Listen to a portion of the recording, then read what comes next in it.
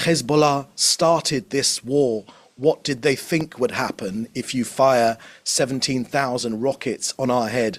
Not for the Palestinian cause, I might add, but simply because they're jihadi, Iranian fascist regime proxies, and their objective is Jew killing, Asma. That's what we know what it is, whether you recognize it or not in the UK.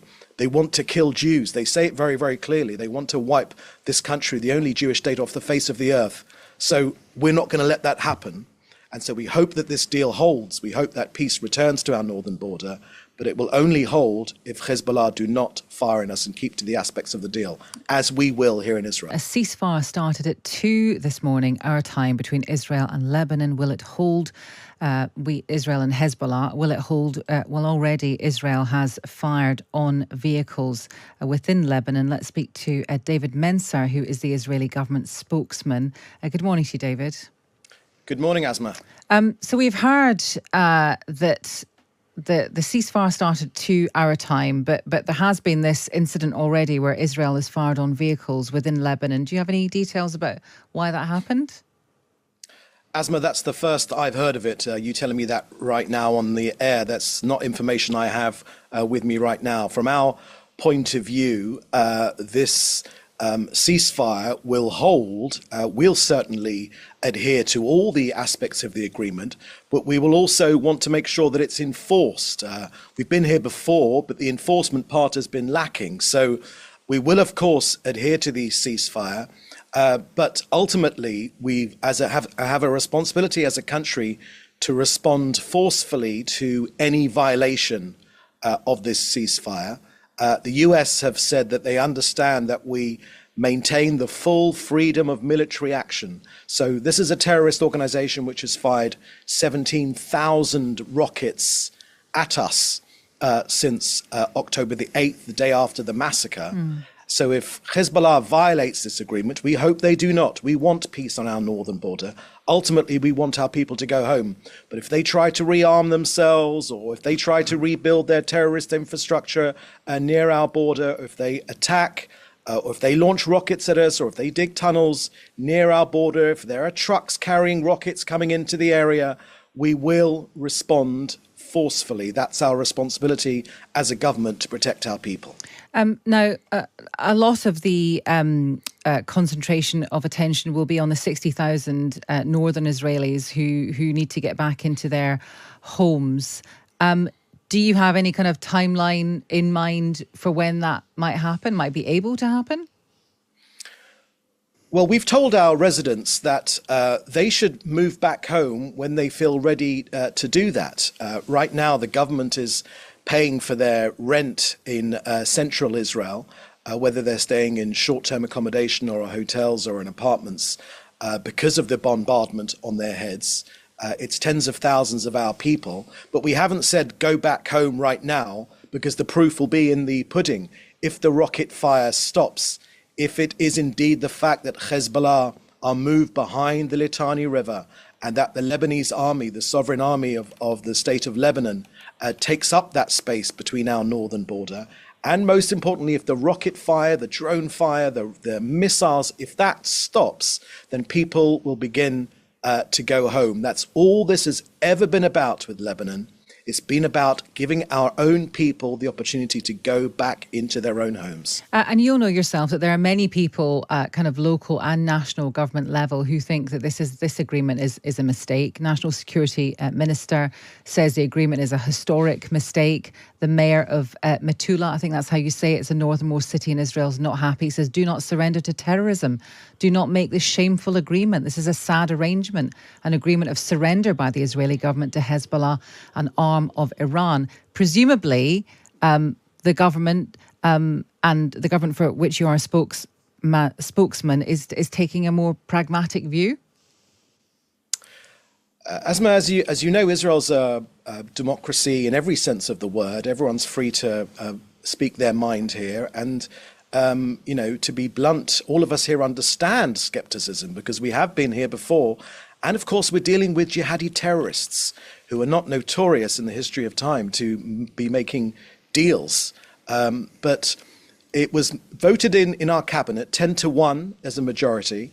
Hezbollah decided to attack us from Lebanon on October the 8th last year. But we believe right now it's not the same Hezbollah. We've pushed them back decades. Nasrallah, their chief killer, eliminated. Their top leadership eliminated. Most of their rockets and missiles eliminated. Thousands of terrorist killers eliminated. Their underground terror tunnels right on our border, designed for October the 7th, but only worse, also destroyed. The infrastructure they spent so many years creating has been demolished. So, of course, the proof will be in the pudding, and we hope this does hold. But these terrorist enclaves within Beirut and other places around Lebanon have been destroyed. All of this has been done in 3 months. Everyone told us we couldn't do it, but thank God, thanks to the bravery of our soldiers and our expertise, Israel has done it. Now we hope this is a new beginning, not only for our residents, but for Lebanon to take control of their own country. There is no reason why their country should be dominated by a jihadi terrorist Iranian proxy.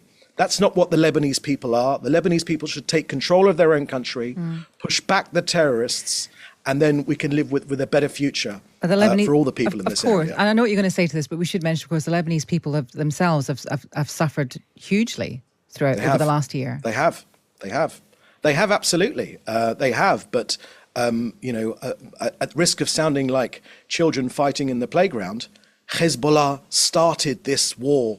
What did they think would happen if you fire 17,000 rockets on our head? Not for the Palestinian cause, I might add, but simply because they're jihadi, Iranian fascist regime proxies, and their objective is Jew killing, Asma. That's what we know what it is, whether you recognize it or not in the UK. They want to kill Jews. They say it very, very clearly. They want to wipe this country, the only Jewish state, off the face of the earth. So we're not going to let that happen. And so we hope that this deal holds. We hope that peace returns to our northern border, but it will only hold if Hezbollah do not fire on us and keep to the aspects of the deal, as we will here in Israel. Okay, David, thank you. David Menser, who's an Israeli government spokesman.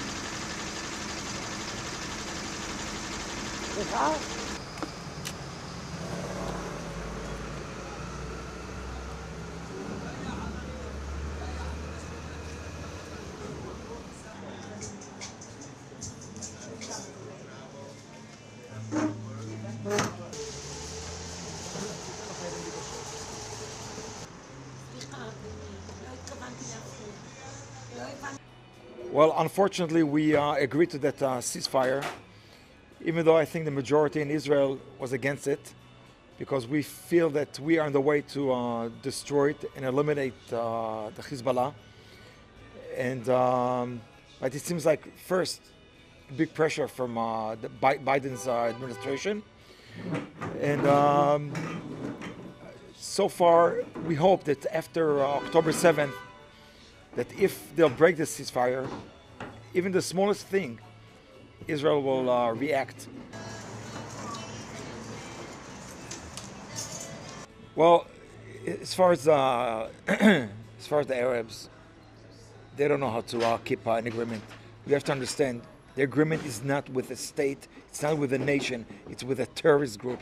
They don't obligate to anyone. They obligate only to themselves, and in this case to Iran.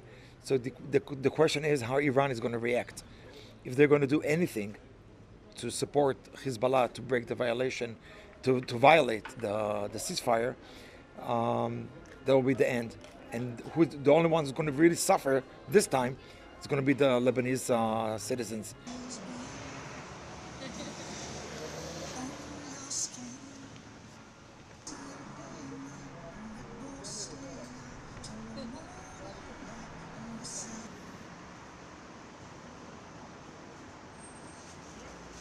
I hope this new situation will be good for Israel and for all the Middle East, but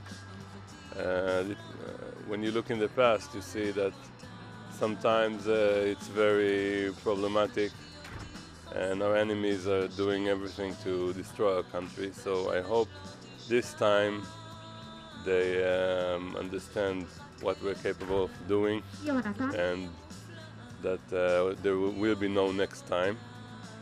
And I have many friends in the north, and I hope that they'll go back home and everything will be safe.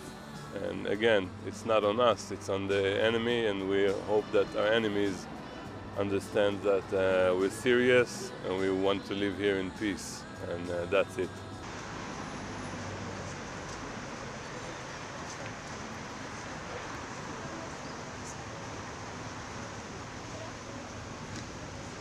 Actually, I was waiting for this to happen. I think we all need some hope for better state. The soldiers need that. We as citizens need that. And I really hope it's an important moment for all of us in the Middle East.